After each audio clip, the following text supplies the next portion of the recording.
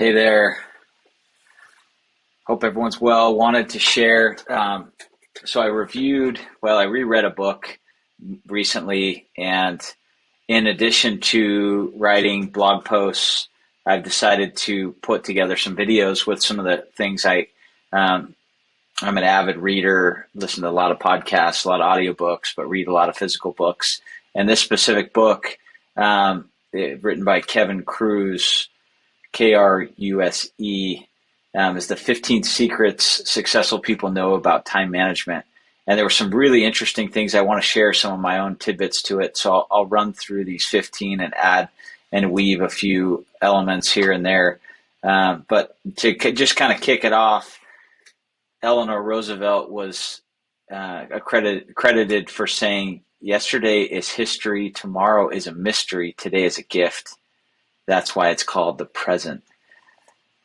I spent a lot of time thinking about, working on, focusing on time management, different tactics and things to try and be more productive with my time and be able to focus more. And in fact, I'm working on some specific things right now that I'll share in some future episodes here. But so the first thing is, time is your most valuable and scarcest resource. And when you start to think about time in terms of, either hours in the day or minutes in the day, and depending on how you utilize your time, if you look at 1,440 minutes in every day, how are you using your time? And I think about, in a very busy office-centric environment, whether it's getting calls, messages, there's this constant, do you have a minute? Do you have a quick minute? And so when you think about all those gotta minutes throughout the day, your time can be really just, before you know it, an 8-hour, 10-hour workday goes away and you're like, what did I actually get done today? And so you really have to start with really understanding and being intentional with your time. So that's one, time is your most valuable and scarcest resource. Two, identify your most important task. In fact, I just had recently talked about this in one of my weekly tools of the week, just this most important task. So MIT. So before you get started or work on anything else, and really, I'm a big journaler, so starting my morning routine and my morning journaling, thinking about what's my most important task, and then allocating sufficient time to spend time on that. Number three, work from your calendar and not from a to-do list. Time blocking works. So if you need to put together a report, proposal, what have you, instead of putting it on your list of to-dos, schedule it, 11 a.m., 11 to noon, or whatever that is. Time block specific tasks, and the things that are blocked and scheduled, those get done. Four, procrastination can be overcome when you figure out how to beat your future self, who cannot be trusted to do the right thing. I don't totally love this one because I actually just finished, like 2 nights ago, reading Ben Hardy's most recent book. Now I can't think what it's called, but it's something about your future self. In fact, I'm going to look right now on my Kindle app and see what it's called, so that I can tell you exactly what it's called, because I finished it on my Kindle just the other day. And of course, be your future self now. So I know that's one of Kevin's. Number four is basically tomorrow never comes. Don't leave for later what you could finish right now. Number five, accept the fact that there will always be more to do and more that can be done. And I mean, maybe this is an 80-20 rule thing, but sometimes just being okay with what it is and not always feeling like you got to do more, you got to stay longer, you got to finish the next thing. Number five. Oh, that was number five. Number six. I love this. I love the ones that I'm already doing because it makes me feel good, but always carry a notebook.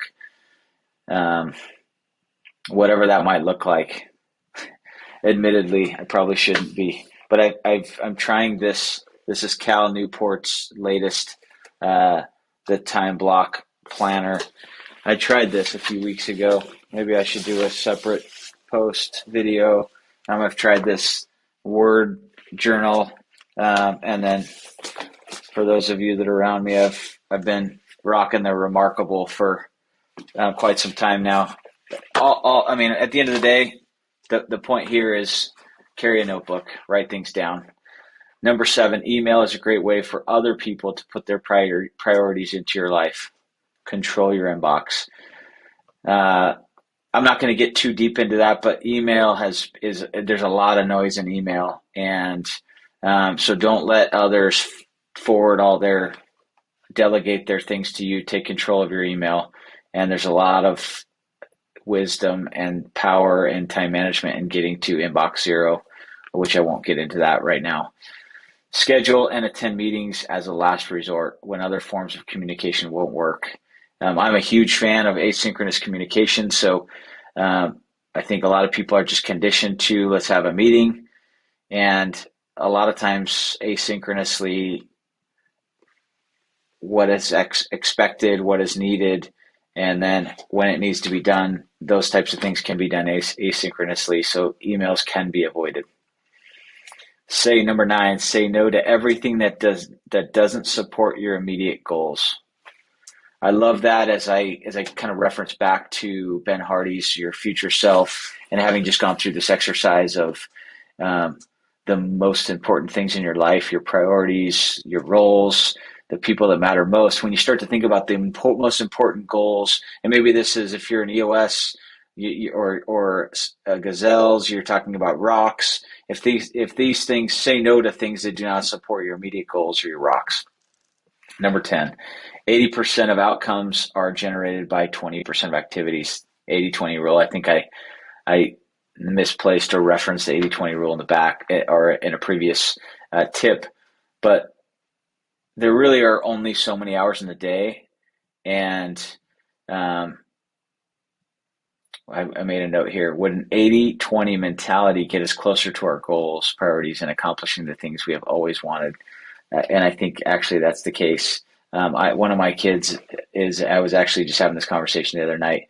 They're perfectionists, and I just said, you know what? Sometimes you got to just apply the 80-20 rule, and just you're there, you're good enough. It's time to move on. Number 11, focus your time only on things that utilize your unique strengths and passions.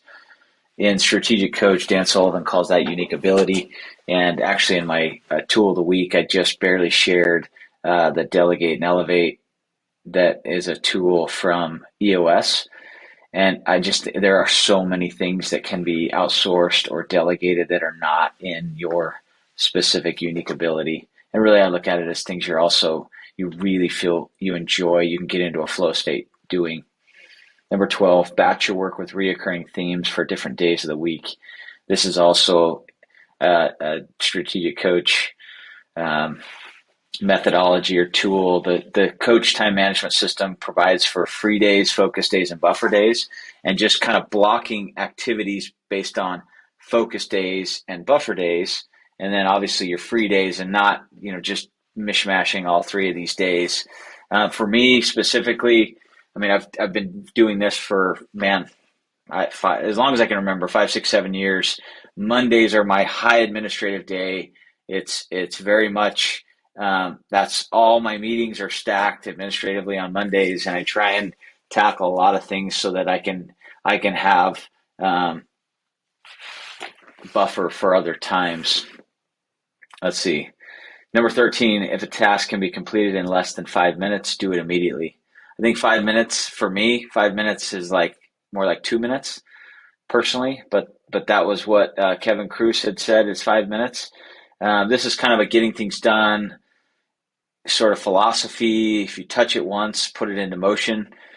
If you've read Getting Things Done, so it's either calendar it or process it or put it in a folder or file or put it into your task. However you do that, whether it's a digital list or a physical folder. 14, invest the first 60 minutes of each day in rituals that strengthen your mind, body, and spirit.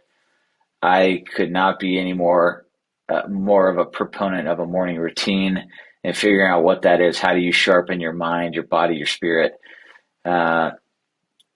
And then look, I just say keep working through it, iterate until you find what's your perfect recipe that gives you rocket fuel for the morning. I several years ago tried the Miracle Morning. I actually think maybe Cal Newport did the Miracle Morning too, but I think it's somebody else. Maybe it's Cal Newquist. But anyways, he references savers, SAVERS, silence, affirmations, visualization, exercise, reading, and scribbling. And if you can tie all six of those into some element of your morning routine, you get off to a much better start. And then number 15, productivity is about energy and focus, not about time. I think I very much got caught up in that. And I think that's a pretty, like, maybe even a corporate America or old school way of thinking is like first in, last out. And, you know, in fact, and then another mentality is I used to say, and probably it's been a few years, I've not been saying this, but I used to tell my wife, I'm like, I'll sleep when I'm dead. And, uh, it's possible you die earlier with that mentality. So I prioritizing sleep is part of being more productive and managing time better. And there's tremendous wisdom that comes with being smart with time and not just, I mean, this is maybe a little bit of sharpening the saw, habit 7 as well. But productivity is about energy and focus and not about specifically the time allocated. Hopefully this was helpful. There was some nugget in here that you can apply, and we'll see you next time. Thanks.